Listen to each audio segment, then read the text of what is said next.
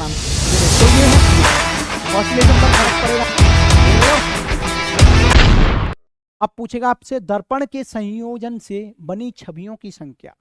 छवियों की दर्पण के संयोजन से, मान ले जब दो दर्पण समांतर हों, देखो मैं शॉर्ट ट्रिक से कराऊंगा ये क्वेश्चन।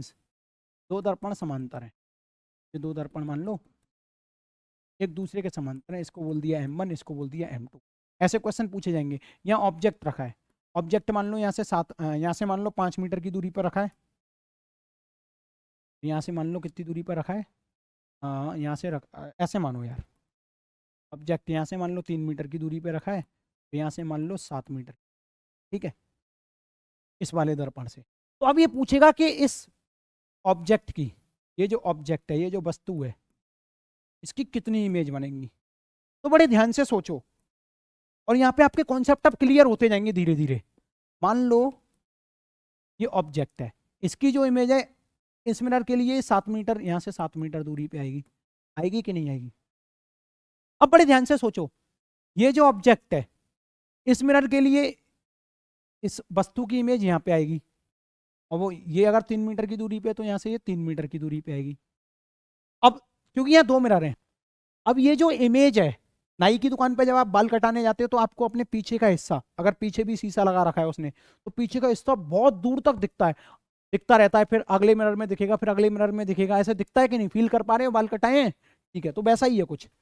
अगर यहाँ से ये 3 मीटर दूरी पर है, तो देखो ये इसकी, ये किसकी है, ये इमेज आई, वस्तु की M1 मिरर की वजह से पहली इमेज, ये M2 मिरर की वजह से दूसरी, ये पहली इमेज है किसकी वजह से, दूसरे मिरर की वजह, ये पहली इमेज है किसकी वजह से, पहले मिरर की वजह, ऐसे समझो।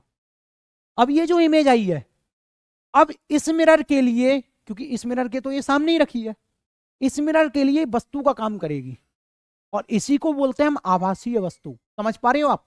तो इस मिरर के लिए वस्तु का काम करेगी, और इसी को बोलते हैं हम आभासीय वस्तु। तो इसकी ये कितनी दूर है, देखो ये 7 और 3 10, 10 और 3 13, तो ये यहां से देखा जाए तो ये ऐसे 13 मीटर की दूरी पर है।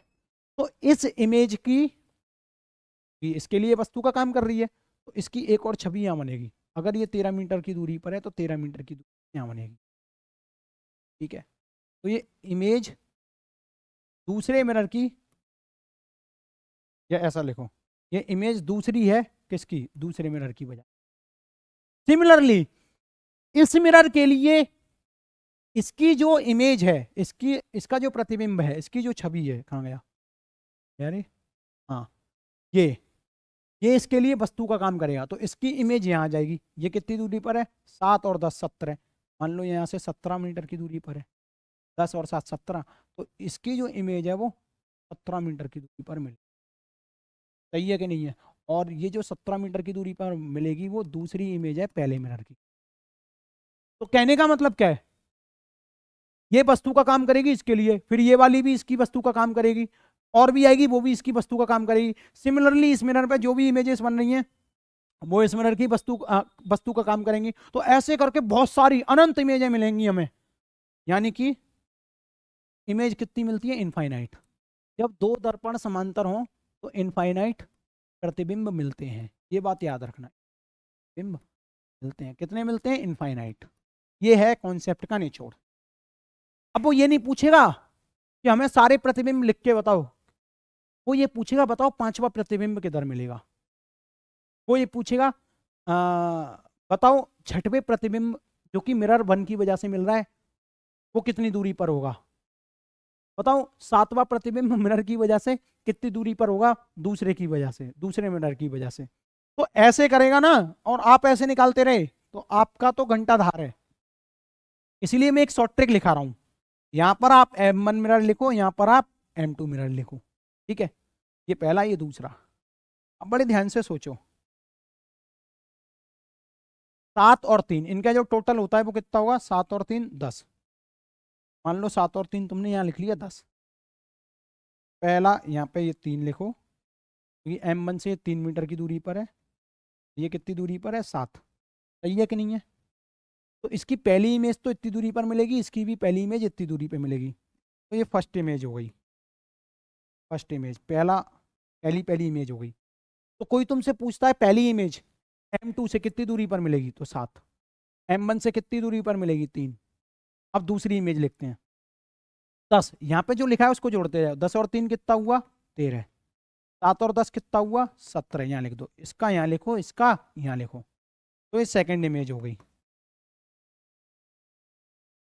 ठीक है, ये सेकंड इमेज हो गई, ठीक है। अब थर्ड इमेज कोई पूछे, अब कैसी इमेज पूछे कोई तुमसे, थर्ड पूछे, तो यहाँ पे भी 10 है, क्योंकि इन दोनों का टोटल हमेशा ही 10 रहेगा, तो यहाँ भी 10 लिख लो। 13 और 10 कितना हुआ, 23 मीटर। 17 और 10 कितना हुआ, 27 मीटर। अगर कोई थर्ड इमेज पूछे तो यहाँ पे लिखना है, तो ये ज़्यादा नहीं पूछेगा, तीसरी या चौथी पूछेगा बस। तो ऐसे ही जोड़ते जाओ। अब फिर से यही क्रॉस बनाओ एक और बार, गोला बनाओ ऐसे, यहाँ गोला बनाओ, फिर ऐसे कर लो, फिर यहाँ 10 लिख लो। ये 10 10 10 तो कॉमन चलता ही रहेगा। सोचो 23 और 10 कितना हुआ, 33 मीटर। 27 और 10 कितना हुआ, 33 मीटर।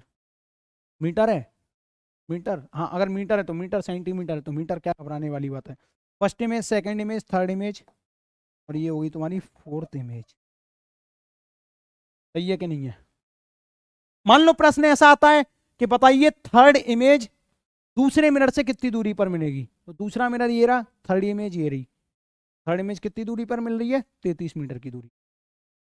सही है लाड़े ले, समझ में आ रहा है। सेकंड इमेज कितनी दूरी पर मिल रही है, 17 और 13, 23 और 27, सॉरी थर्ड इमेज 27 मीटर की दूरी पर मिलेगी। तो ये पूरा सीक्वेंस आना चाहिए बनाना, इस पे काम करो आप, शॉर्ट ट्रिक है ये, ठीक है। एक बार खुद से बना के देखो, अगर नहीं समझ में आया तो पीछे कर लो, वीडियो दोबारा रिपीट करके देख लो, पर ये समझ में आ जाएगा आपको। बहुत मस्त चीज़, बहुत आसान भी, ठीक है।